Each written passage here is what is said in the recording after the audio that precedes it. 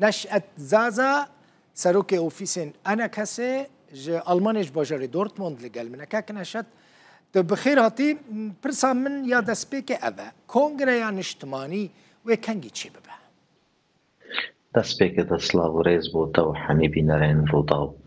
بيگو مان يعني افغانگشا هناكي مواعيد هيسي هيواي وقوتي السرويناكي گنگشا دبي لي اصدقارم وقوتي بيروساي كي بدن ببيجم دبي درباري هناكي دا او كيشين كو هي حميجي وقوتي دستشون خلاص بونا بداوي هاتنا لتاني وقوتي حاضريج بو كونگر دبي جواتك ايرو اصدقارم ببيجم حبو دناب انجماني وطرفي ديدا جبو مثلا ساز کرنا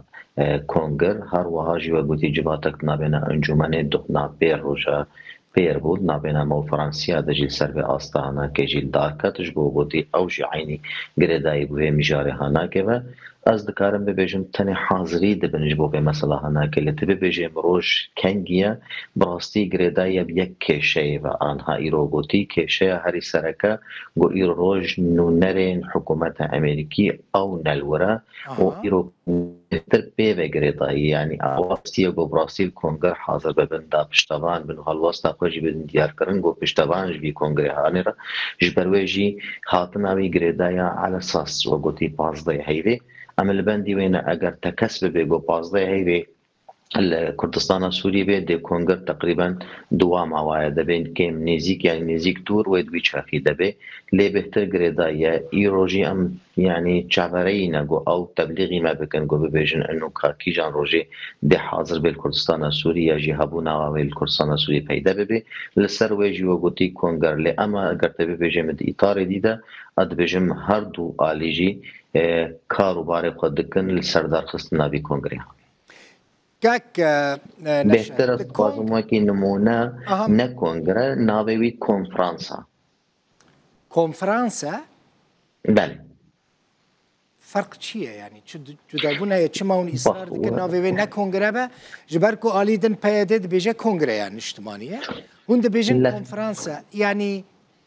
لهف نكرنك نافرا ودا هي السيرفي ياكي نا استكارم بيجم درباس بو عمل سر لف كريه جو نابي بي كونفرانس بي بري تسبي كده اصرارك هبو جو انه نابي ناكب كونجر بي اللي اگر تجمع بيجل سر اصلا سياسي كونجر ياجي وقوتي مؤتمر وكي عرب نابو نشان تكن عيني هر او بلاتيني كونفرانسا يعني لي لتكرنك السيرفينا بيها يعني انه دي كونفرانس بي بوچل سر چه وچما بلكي غريدايا بهن مخرجات ريخستني و نغريدايا وكب حالة سياسي بيجبنا ونشان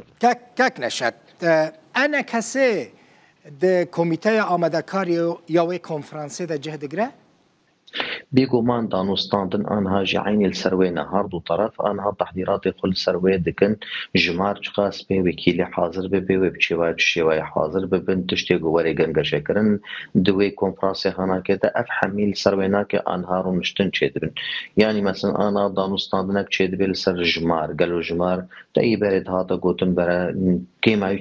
كاس 500 كاس اللي حاضر به از باورت كم وكيمي في جمار انا كي بقلكي به هر ويل سرد صديره به يعني وينجه بجمارة جو مثلا برد هاتا خوستن مثلا برد هاتا خوستن انه هر بارتي بكيمايس السي حتى تشار اندامي هناك حاضر بن انجمن قلت يعني نجرك جبوتشي يعني تمثيل بارتيا بنابكي ببدوابي نزيد يسي يعني مشكلة ويتش بيختبوا بارتي ممثلة ورد يعني شما وجمار تشار وبينج حاضر ببن يعني نحو جاي بيوستي بيناكي ما بس او بهتر ايروج او بارتي هناك حبونا وي هبت ناوي كومبراسي هناك دخل وسطاوي ديار بي او شريك برياره بمادام ما بس بشركاتيا برياره بشخص كي بيجي بين شخصها بعيني هر اوا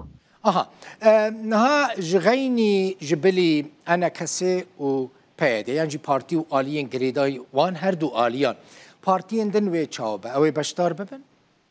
دي حمي بارتي بشتار بن ت بارتي الدر بيري كفتنا هنا كدي نمين ويناك تكزدك مثل ويناك اول افكرنا نقولشي ويد بكسل درب نمينج بو صبي تكيشب مرة شي نبن كس نبي بيجي افايا يجي اف مخرجات جوجبي كونفرنس هنا كدر كتنا تمثيل كرداناكي ام حزدك براستيجي وكين جمانا اجتماعي كرد جو بمسؤوليات راجنا بيناك الصبي اف بريارنج بي كونفرنس دركب يجي اف ديتنا سياسيه جوجبي كونفرنس دركب بديتنا كي كردي لسر ويناك شاندك شي او شاندا هناك هر شامه دانستاندن سرماف و خستک کردی بکر سرداخواز و خداخواز این کردی بکر هر و هاجی دیتن ابخوا بولش سوریا پاشاروجه بده دیار کرن اما ام بچش یوای سوریا دبینه لسر بنا که یعنی اب کنفرانس هاول سر دو خلال دار کوي خالق جه گریدای و گوتی به دیتنا سیاسی یا گو ایرو روش کرد چت خوازن د سوریا بگشتی دو چاوا دیتنا واج بو سوریا هر و ها و گوتی با آوا کرنا شان دکه گو او ببن نو نره پرسا ملت کرد لپیش حکومت اسلامی و دانستاندن سرماف و خستک کردی باشه لی آلین سر بخواه چابن کسایتین سر بخواه هبن ده کنگره ده دي اوجي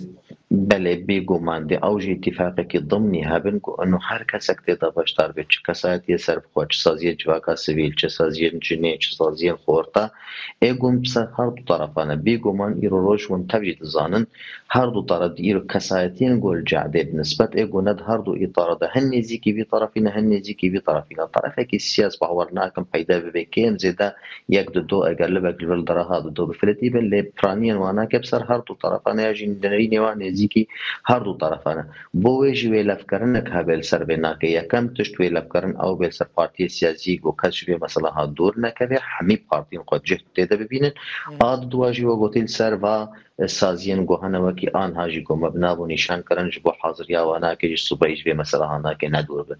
یعنی اتفاقه که ضمنی هایل سر وینا که گو چیروک چاوبره بهاری